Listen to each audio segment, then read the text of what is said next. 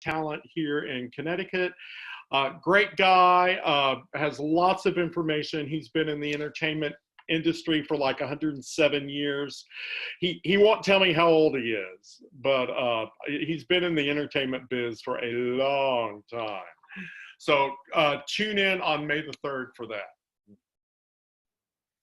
All right, everybody, I'm back. I'm just letting you know that you're all being recorded.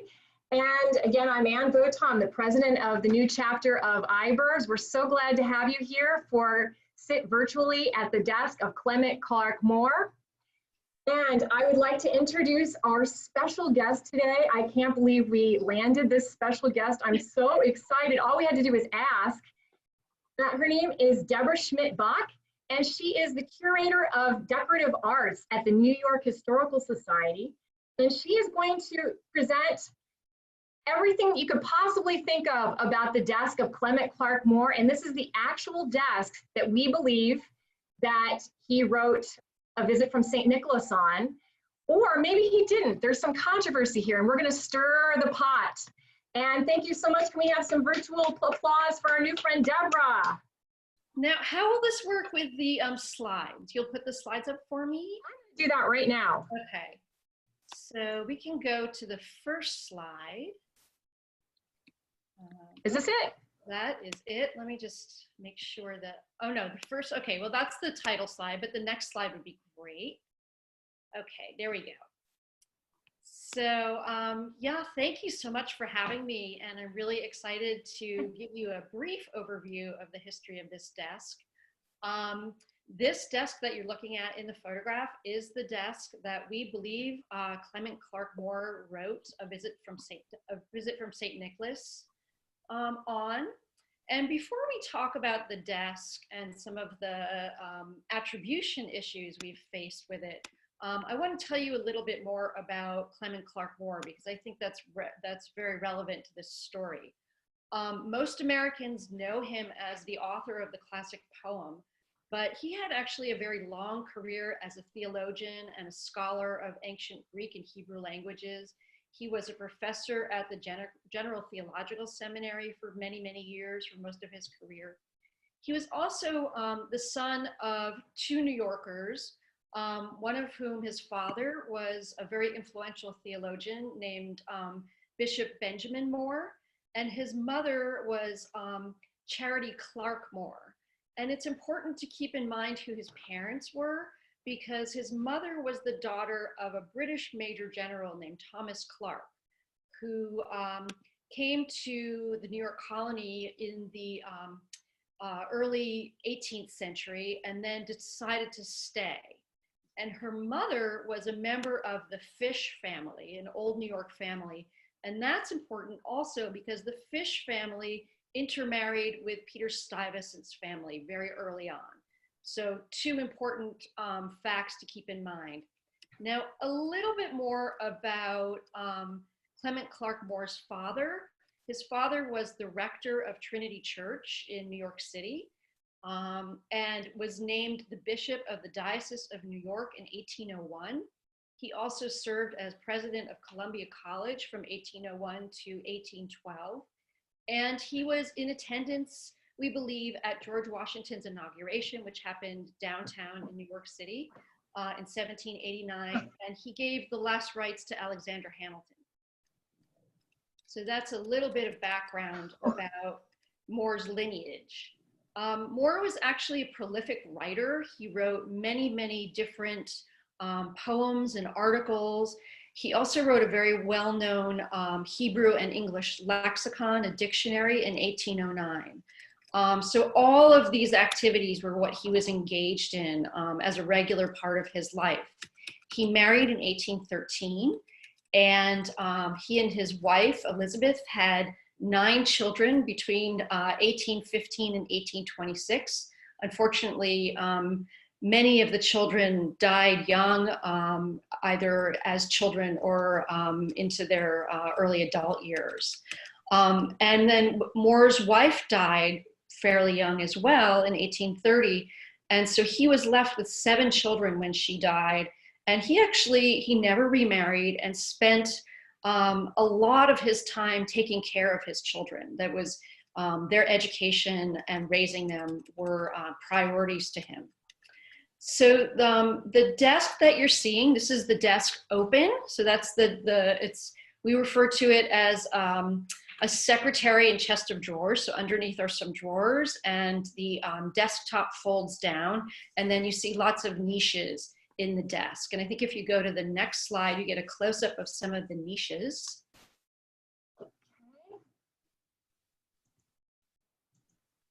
Yep, there you go.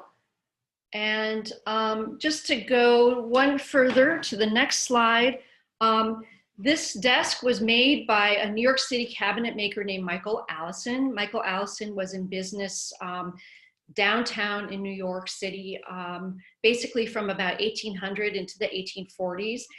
The desk, the piece of furniture I'm showing you next to it is another example of Michael Allison's furniture.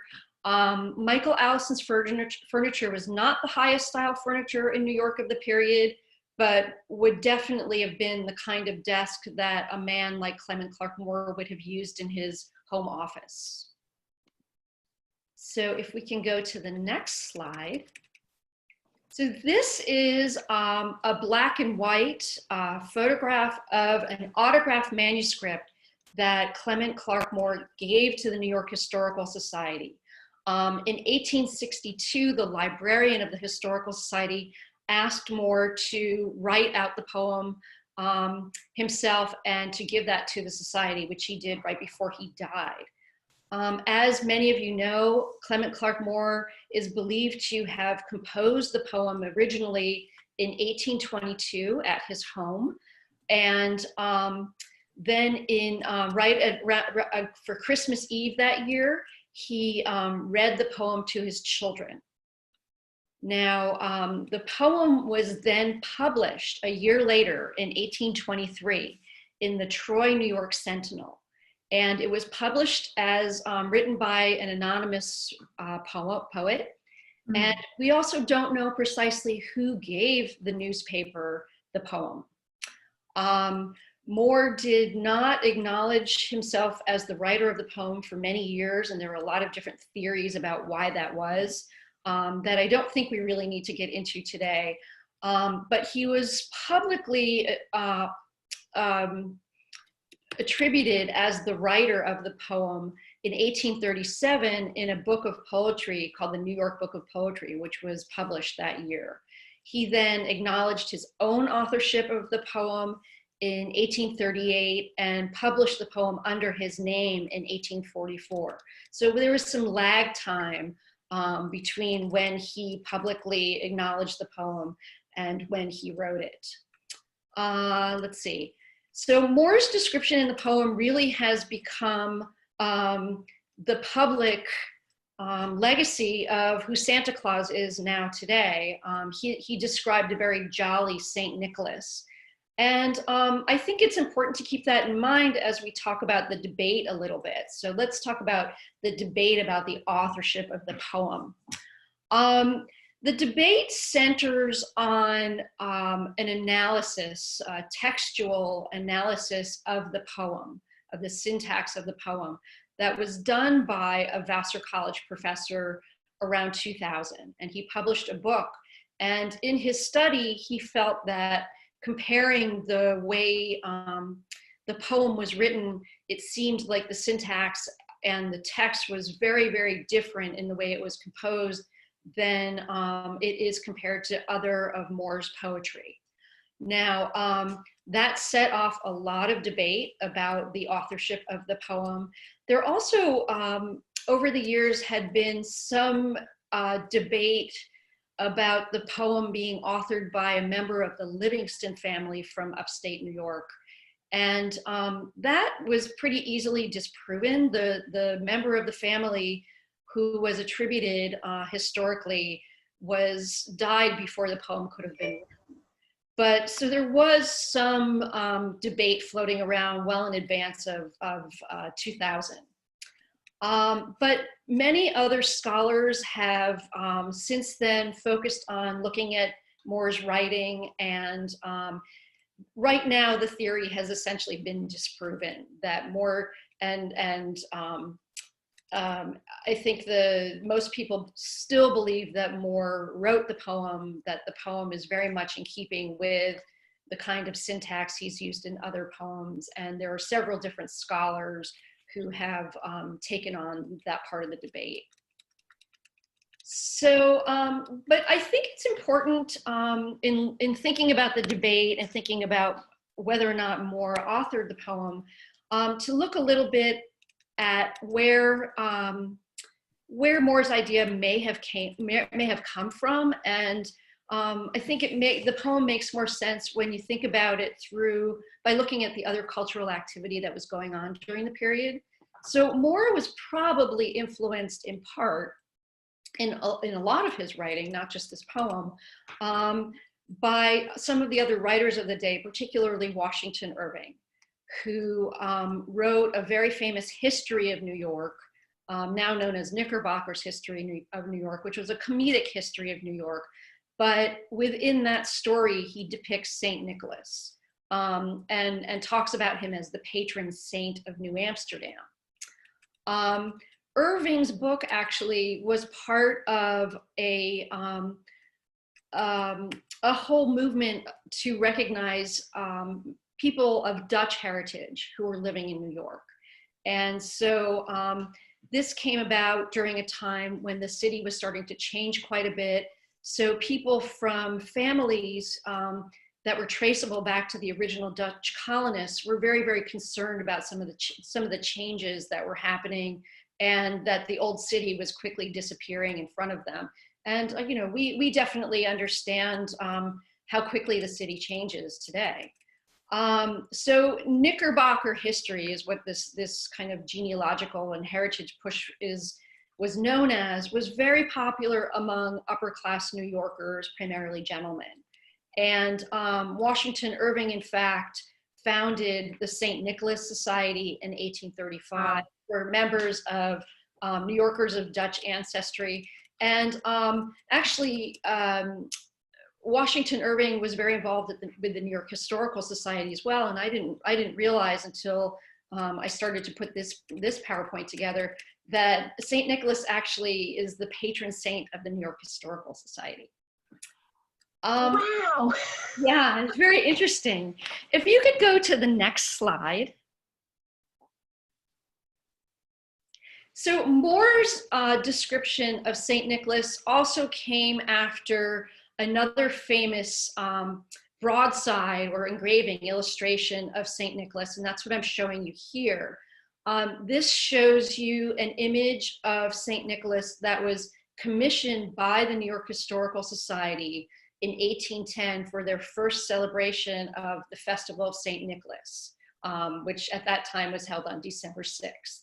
And this particular image that I'm showing you is a picture of a reprint of the original image from 1810, and this was done in 1864.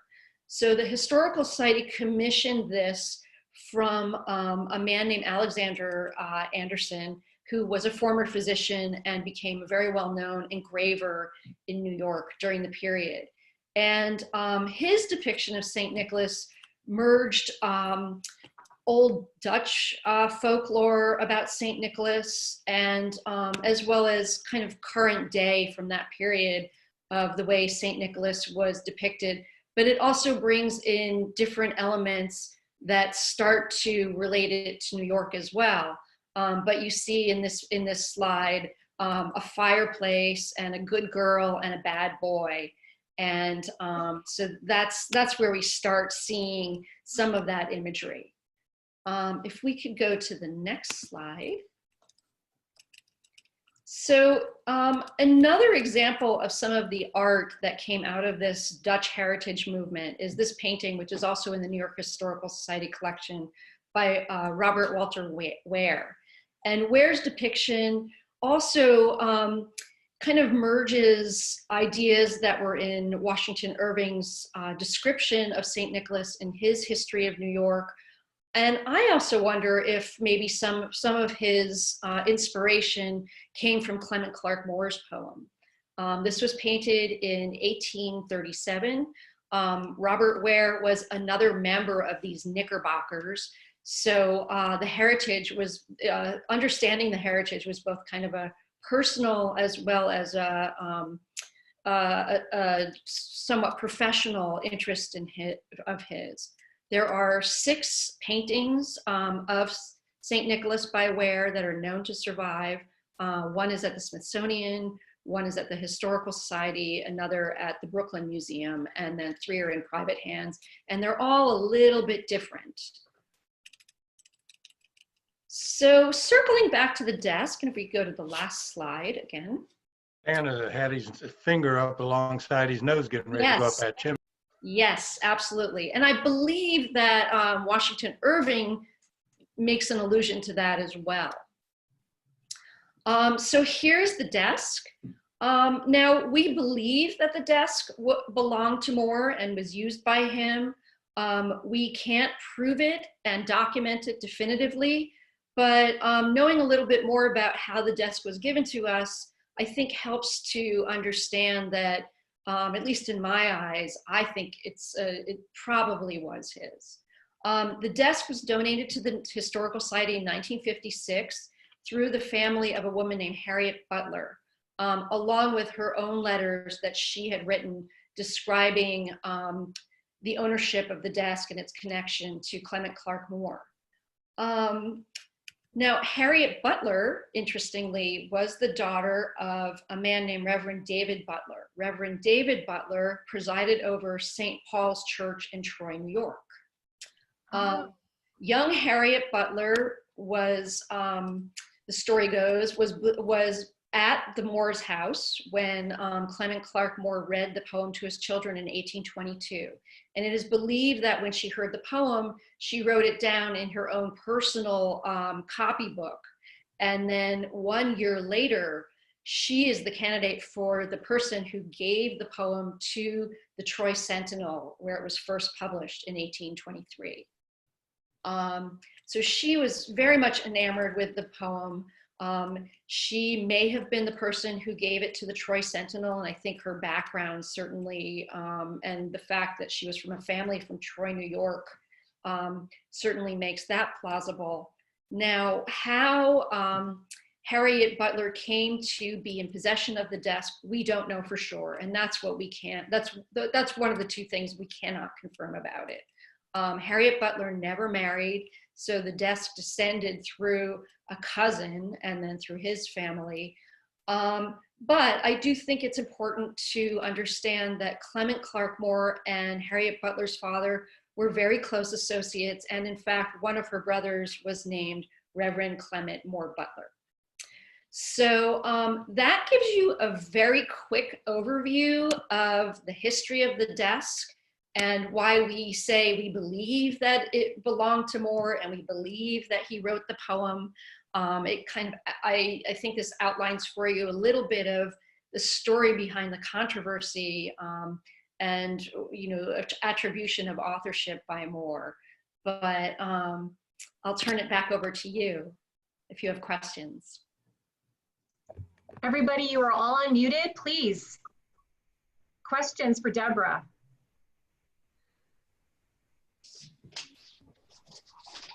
Debra, this is Dave Banks. Hi. Curious little thing. Sometimes you notice the most unusual things, but looking at the second painting you showed, the one of Santa coming out of the fireplace. Yes. I noticed that on the floor, there's a clay pipe broken. I Yes. wonder what the significance of that is. I believe that there was a tradition in early Dutch New York of breaking pipes on to celebrate St. Nicholas Day. Now, I haven't done extensive reading on that, but that's, I have read that.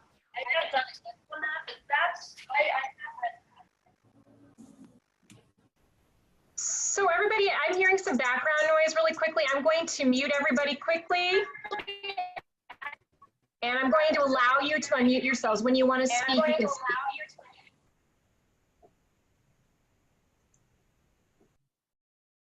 Okay, do we have a next question? You can unmute yourselves. If you have a question, you can unmute yourself and just ask it.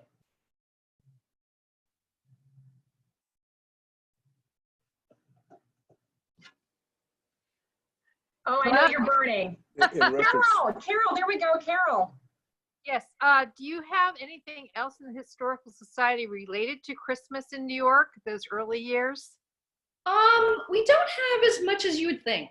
Our library actually has more material than the museum collection. We have two different collections at the Historical Society. We have a very extensive library collection with over, I think at this point, 4 million volumes. And then we have the museum collection, which it consists of paintings and anything three-dimensional. So we do not have a lot of material related to early Dutch celebration practices. We have some related to the 19th century, but not a huge amount. Much less than I certainly expected when I first went to work there.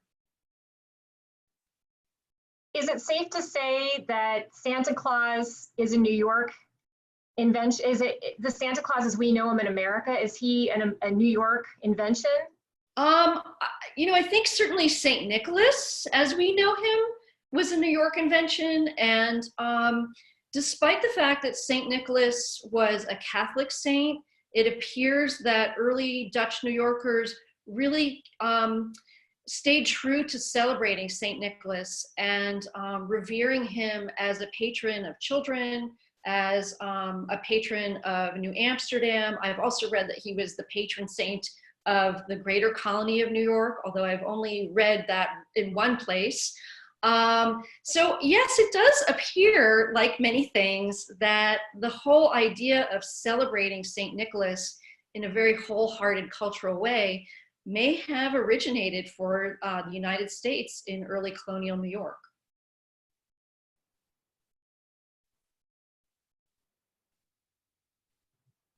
Any other questions? Come on, guys, this is your big chance. I was looking up, just one question here. I was looking up the other day, Santa Claus in Iceland. Ah, Santa Claus is not a nice guy in Iceland. no. Far more like the German Krampus. Mm-hmm. And I ran into an Icelandic Santa suit that I really love, but then when I started reading about it, I said, oh, well, guess I'm not going to go that way. Yeah, and my understanding is that Clement Clarke Moore's poem was really one of the first to depict St. Nicholas and then subsequently Santa Claus as a very jolly figure.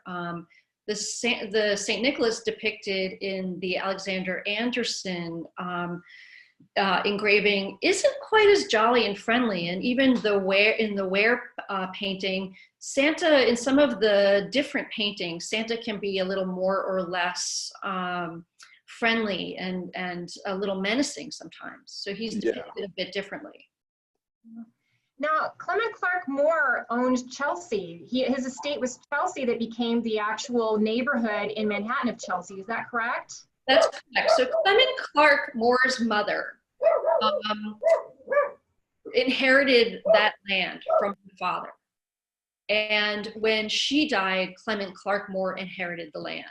And he actually is the person who began to parcel out that land and sell it. And some of that land was also, he specified that the land had to be set aside for the General Theological Seminary, which is still down there. But it was named by her father after a hospital in England. And that's where Chelsea comes from. This is Dan in Elyria. Where did the 8 reindeer come from? Was that one of Clement Clarke Moore's inventions, or was there something behind it? I don't know the answer to that. I'm sorry to say. I have a question. You know, the Western European tradition, St. Nicholas often appears with a companion figure, and they vary from country to country, from city to city. Any idea why that tradition didn't hold over for the early Dutch colonists? I think it did hold over for some period of time. There was a Blackmore who was often shown with St. Nicholas or described with St. Nicholas. I'm not sure why that didn't continue on. you know, it may have been just that it was appropriated in a way to focus on the Knickerbocker heritage rather than other characters. And I think there was also an attempt at the time to make St. Nicholas less of a religious figure and more of a cultural figure. So that may have contributed as well. All right, everybody, we are at 3:29. I'd like to honor everybody's time. This is one of those little short ones in the middle of your work week. And can we all move in really close, everybody? Suck it in, get in really close. We're about to take a photo. Okay, here we go. And George, can you get your video ready to do a group ho, ho, ho? Or, you know what? Let's just get this going. Can we all do this for Debra? I'm going to mute everybody. Here we go. And.